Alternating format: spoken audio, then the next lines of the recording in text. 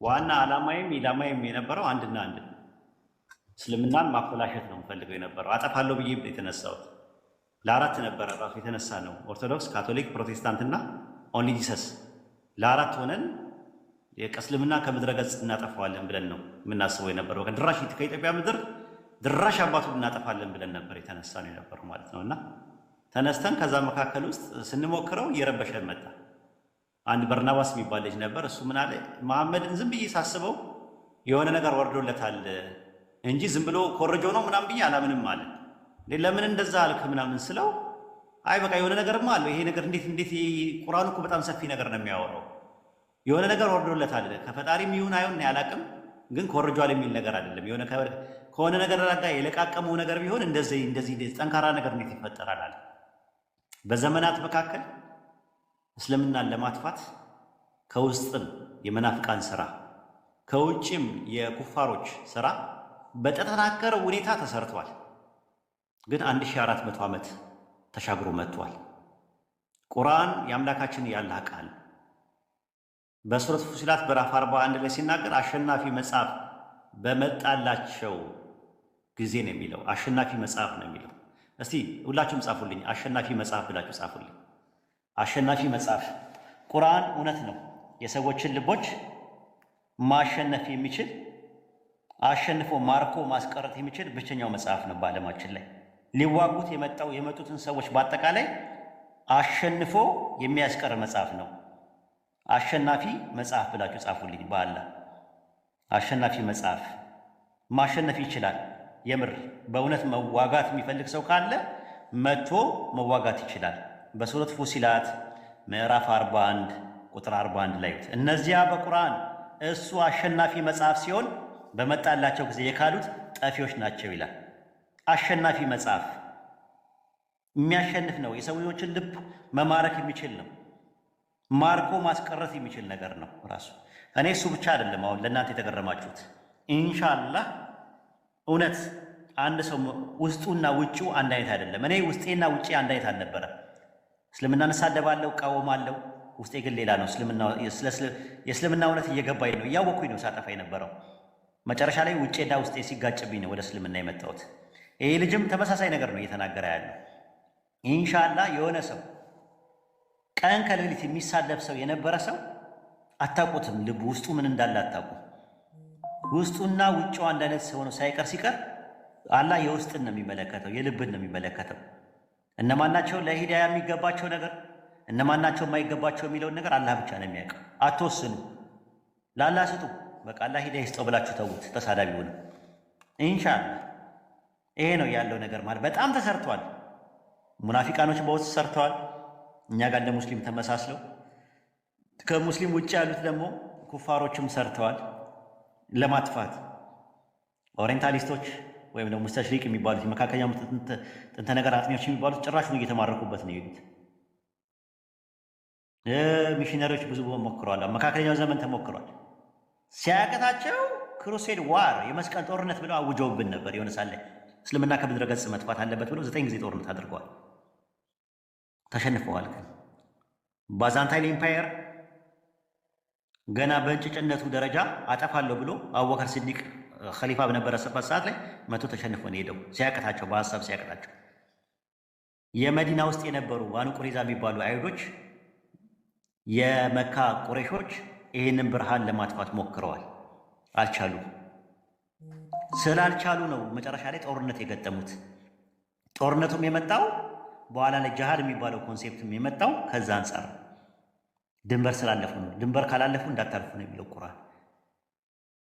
ይህንን ነው። ስለዚህ አሸናፊ መጽሐፍ በመጣላቸው ጊዜ ይላል።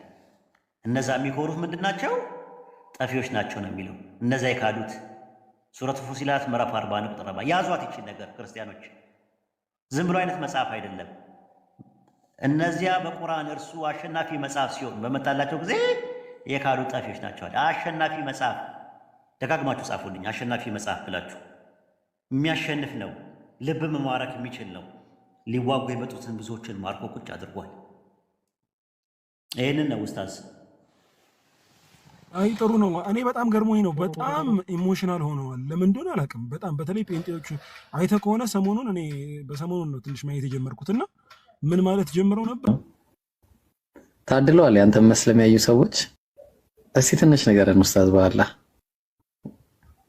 ልስማስ ነው። አይ እኔ ምንም የምናገረው ነገር የለም እና እኔ አንዳንዴ ባላወቅኩት እስልምናን ሁላ ምልበት ሁላ ጊዜ ነበረ ማለት ሲያንቀለቀለኝ ምንድነው እንደዚህ አይነት ነገር ያስገባኝ ማለትም ስሰማ የሆነ ሰዓት ላይ የነበረውን እኔ ፓልቶክ ላይ ነው። እናንተ ፓልቶክ ያኔ ብዙ አታውቁትም። ፓልቶክ እያለ እኔ ትምህርት ቤት ውስጥ እያለሁ ፓልቶክ የሚባል ፕሮግራም አለ ምናምን ተብሎ እኔ ያው ከሀገር ውጭ ነው የምኖረው። የዛሬ 11 ዓመት አካባቢ ላይ ነው 11 12 ዓመት አካባቢ ላይ ፓልቶክ የሚባል ፕሮግራም አለ ተብሎ ፓልቶክ የሚባል ነገር ለማዳመጥ መጣን። ከዛ ስመጣ በጣም ሙስሊሞች በጣም እየሰሩ ነበር በዛን ሰዓት ኢትዮጵያ ውስጥ ነው። ኡስታዝ አዋይደር ነው፣ ኡስታዝ ሐምዛ የሚባሉ አሁን ኡስታዝ መሐመድ ከድር ምትላቸው ማለት ነው። ሌሎችም ነበሩ። በወቅቱ በጣም በትልቁ ስራ ይሰራ ነበረ። ኡስታዝ ጁንዱላ የሚባልም ነበረ። በጣም ይሰሩ ነበር መሬት ላይ በአንድ ቀን አዳሜት ሁሉ እየሄዱ 500 ሰው ያሰልማሉ ምናምን ነገር በጣም እንቅስቃሴ የነበረበት ሰዓት ነበር።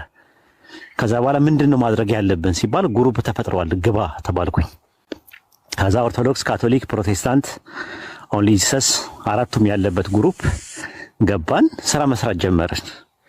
ከዛ ጭራሹን ቁርአንን እኔ ማጥናት አለብኝ ብዬ ሳጠናው ጭራሹን እየሳበኝ ነው የሚመጣው እየሳበኝ ነው እና በጣም ነገርኳቸው። በጣም እየተበጠበጥኩኝ ነው እኔ አልቻልኩም። ይሄ ቁርአን የሚባለው ነገር ቢቀርብኝስ አልኩና ሁለተኛ ምናምን ብዬ ከደንኩት። በቃ አያገባኝም ስለ ቁርአን ምናምን ብዬ በቃ ስለ ባይብል ብቻ እንትን ስል ባይብል ላይ ደግሞ ተስፋ የሚያስቆርጥ ነገር መስማት ጀመርኩኝ ከስኮላሮቹ እነ ዶክተር ፒዮ እነ ዶክተር ሞጃ ሞሜን ምናምን የመሳሰሉት ደግሞ ሌላ ነገር ይነግሩኛል። ያለ እድሜ ነበር ምንጠራራው የነበረው በወቅቱ። በጣም እጠይቃለሁ። ባይብል ኦሪጂናል አውቶግራፊ የለም እባላለሁ። ባይብል የማኑስክሪፕት ዲፈረንስ አለው። ከት ብሮክን ቼን አለው፣ የተሰበረ ሰንሰለት ነው ያለው። እነ ሳይናቲከስ፣ ቫቲካንስ፣ አሌክሳንድረስ፣ ኤፍሬማ የሚባሉ 5800 የሚያክል ማኑስክሪፕት አለ እና ከየት እንደመጣው እንትኑ ሶርሱ ራሱ አይታወቅም። በቃ ልቤ ተሰበረ። ሳልፈልግ በግዴ እንደገና ድጋሚ ቁርአን ማጥናት ጀመርኩኝ። ከዛ ቁርአን ማንበብ ጀመርኩኝ። ከዛ ሐዲስ ማንበብ ጀመርኩኝ። ተፍሲር፣ ሲራ ምናምን ነገር ማንበብ ጀመርኩኝ። በቃ መረበሽ ነው ስራዬ። ታገልኩኝ።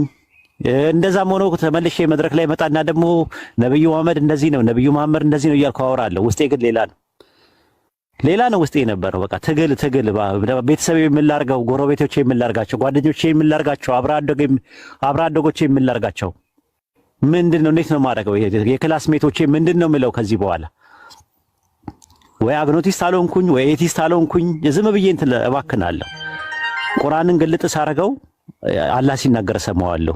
ያላ ንግግር ነው ቁርአን ሙሉ ለሙሉ ሱረቱ ሁጁራት ምዕራፍ 49 ቁጥር 13 ላይ ያረሰው እናንተ ሰዎች ሆይ ከወንድና ከሴት ፈጠርናችሁ ይላል። ወይኔ የሚናገረው አላህ ነው ማለት ነው።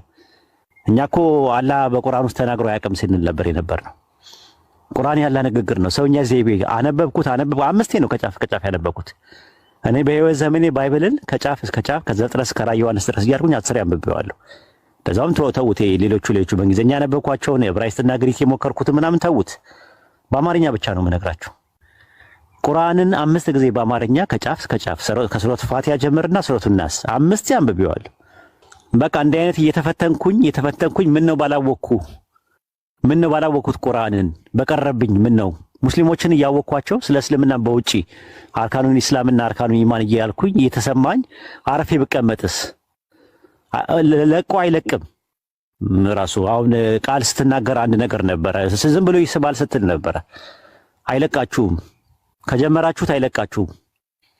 በቃ ይሄ ነው ያለው እውነታ ማለት ነው። ማርኮ ያስቀራል። ሱረቱ ፉሲላት ምዕራፍ 41 ቁጥር 41 ላይ አሸናፊ መጽሐፍ በመጣላችሁ ጊዜ ነው የሚለው። አሸናፊ መጽሐፍ በመጣላቸው ጊዜ ይላል። እነዚያ የካዱት ጠፊዎች ናቸው ይላል። አሸናፊ መጽሐፍ ያሸንፋል። እንደሚያሸንፍ አይተናል። የብዙዎች ሰዎችን ህይወት ሲማርክ አይተናል።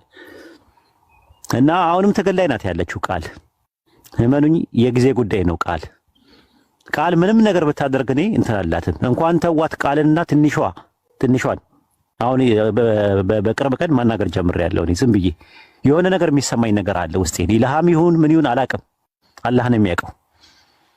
ብዙ ሰዎች አሁን በቀደም ተቃወሙኝ። ኧረ አላህና መልእክተኛውን ተሳደባለች ምናምን አሉኝ። እኔ አሁን ላይ ተውኝ። ትንሿ የምትባለው አሁን ቤቷ በተበረብሩት የሆነ ነገር ታገኛላችሁ አይደል? የጊዜ ጉዳይ ነው። ኢንሻአላህ ብዙ ሰዎች ነፃ ይወጣሉ። ብዙ ሰዎች እንትን ይላሉ። ውስጣቸውና ውጫቸው አንድ አይነት አይደለም። ውጫቸው ነው እየተሳደበ ያለው። አሁን ቃልም ብትሏት የኢየሱስን አምላክነት ክጄ ምናምን ነገር በኢየሱስ ስም ምናምን ልትላችሁላት ትችላለች። ውስጧ ግን ሌላ ነው። ራሷን ትፈትሽ። የምሬ ነው የምነግራችሁ። አይደለም ቃል ብቻ አይደለም። ብዙዎች በእንደዚህ አይነት ነገር ውስጥ በይሉንታ ውስጥ ተሸምቅቀው ነው ያሉት። የጊዜ ጉዳይ ነው። ሁጃ ቆሟል። ከዚህ በኋላ ማለት ነው። ሪሳላውን ሰምታችኋል።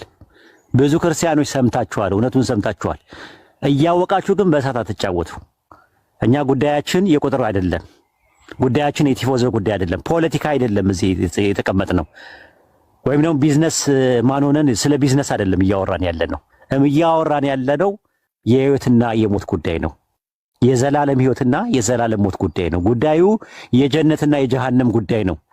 ጉዳዩ ቁጭ ያልነው እዚህ ጊዜያችንን ያባከንት የምንለው አጅር እናገኝበታለን ካላህ ዘንድ ፕሪቪሌጅ እናገኝበታለን ብለን እንጂ ጊዜ ማቃጠል የለብንም በዚህ አይነት ጉዳይ። ሌላ እንደዚህ የሙድም አይደለም፣ ፎሎ ለመሰብሰብም አይደለም እዚህ ቁጭ ያልነው።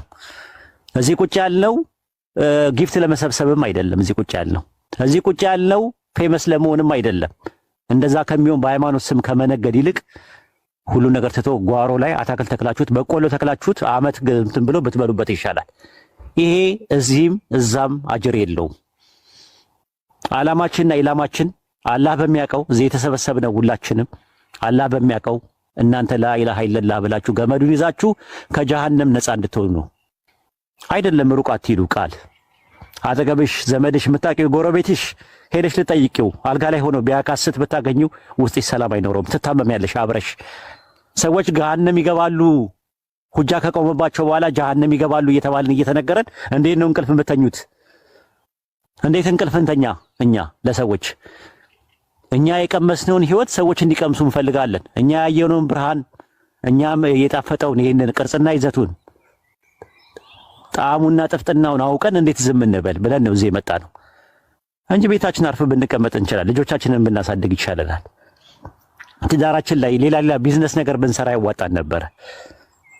እና ቆም ብላችሁ አስቡበት። አይ ቲንክ ብዙ ሰዓት የለኝም። ሉጣኔ ቢኖር ጥሩ ነበር። እሱ እኔ ቁርአንን ባላቀው ይሻለኛል ነው ያልኩት። የሆነ ሰዓት ላይ ባላቀው መጣኮ ኡስታዝ። ኦኬ ቁርአንን ባላቀው ይሻለኝ ነበረ። ቁርአንን ማወቄ ግን ውስጤን እንትን አለ። በቃ ብዙ ነገር ያሳጣው። ቤተሰቦቼን አጥቼበታለሁ፣ ጓደኞቼን አጥቼበታለሁ፣ አብሮ አደጎቼን አጥቼበታለሁ፣ ጎረቤቶቼን አጥቼበታለሁ። ብዙ ነገር ያጣውበት ነው። ይሄ መስዋዕት የከፈልኩት አንድ የገባኝ እውነት ስላለ ነው። ላኢላሃ ኢለላህ የሚለው ገመድ ስለገባኝ ነው። ያንን ስለያዝኩኝ ነው። ሌላ ነገር አይደለም። የቁርአን እውነት ቁርአን የአምላካችን የአላህ ንግግር ነው። አላህ ሲናገር በተሰሙት ቁርአን ላይ ክርስቲያኖች ላኢላሃ ኢላ አና ከኔ በቀር ሌላ አምላክ የለም ብለው በመጀመሪያ መደብ በሲንጉላር ይናገራል። ኸለቅና ጃአልና ፈአልና እያለ ፈጠረን ሰራን እያለ ደግሞ አምፕሊቲዩድ ግነትን ለማመልከት በእኛራላላ እኛ እንዴት ዱዓ ማድረግ እንዳለብን ደግሞ ሲናገር ደግሞ አንተ እያለ ራሱ በሁለተኛ መደብ እንዴት መጸለይ እንዳለብን እንዴት ዱዓ ማድረግ እንዳለብን የሚናገር አምላክ ነው። እኛ ሄደን ሪሳላው ለሰዎች ስናደርስ ደግሞ ምን ማለት እንዳለብን ሲናገር ቁል በል ቁሉ በሉ እያለ ሁወ እርሱ እያለ የሚናገር አምላክ ነው ያለን። ጥንት የነበረው በአብርሃም በይስሐቅ በያዕቆብ የነበረውን ከአደም ጀምሮ የነበረውን እንተርክልሃለን እያለ አስታውስ እያለ የሚናገር አንድ አምላክ ነው ያለን።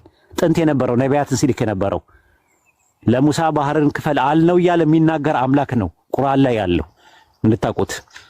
ወደፊት ያለውን የቂያማ ቀን ሁላ ሳይቀር ጀነትና ጀሃነም ወደፊት የቂያማ ቀን የጀነት ሰዎችና የጀሃነም ሰዎች ምን እንደሚሉ ሁሉ የሚናገር አንድ አምላክ አለ። የሩቅ ነገሮችን የሚናገር ጋይብ የሆኑትን የሚናገር ይሄ አንድ አምላክ ነው ያለው። ራሱ ቁርአን 1/3 ትረካ ነው። ከ3 ነው። ጥንት የነበረውንና ወደፊት የሚሆነውን የሚተርክ ነው የያዘው። ቁርአን 1/3 አቂዳ ነው፣ አንቀጸ እምነት ነው። ቁርአን 1/3 ፊቂ ነው፣ ሙሐከማት ነው፣ ህግጋት ነው ያለው። ይሄን አድርግ ይሄን አታድርግ የሚል ነገር ነው ያለው። ቀስ ብላችሁ ረጋ ብላችሁ በአጽኖትና በአንክሮት አጥኑት። ለክርስቲያኖች ማስተላለፈው መልእክት ይሄ ነው።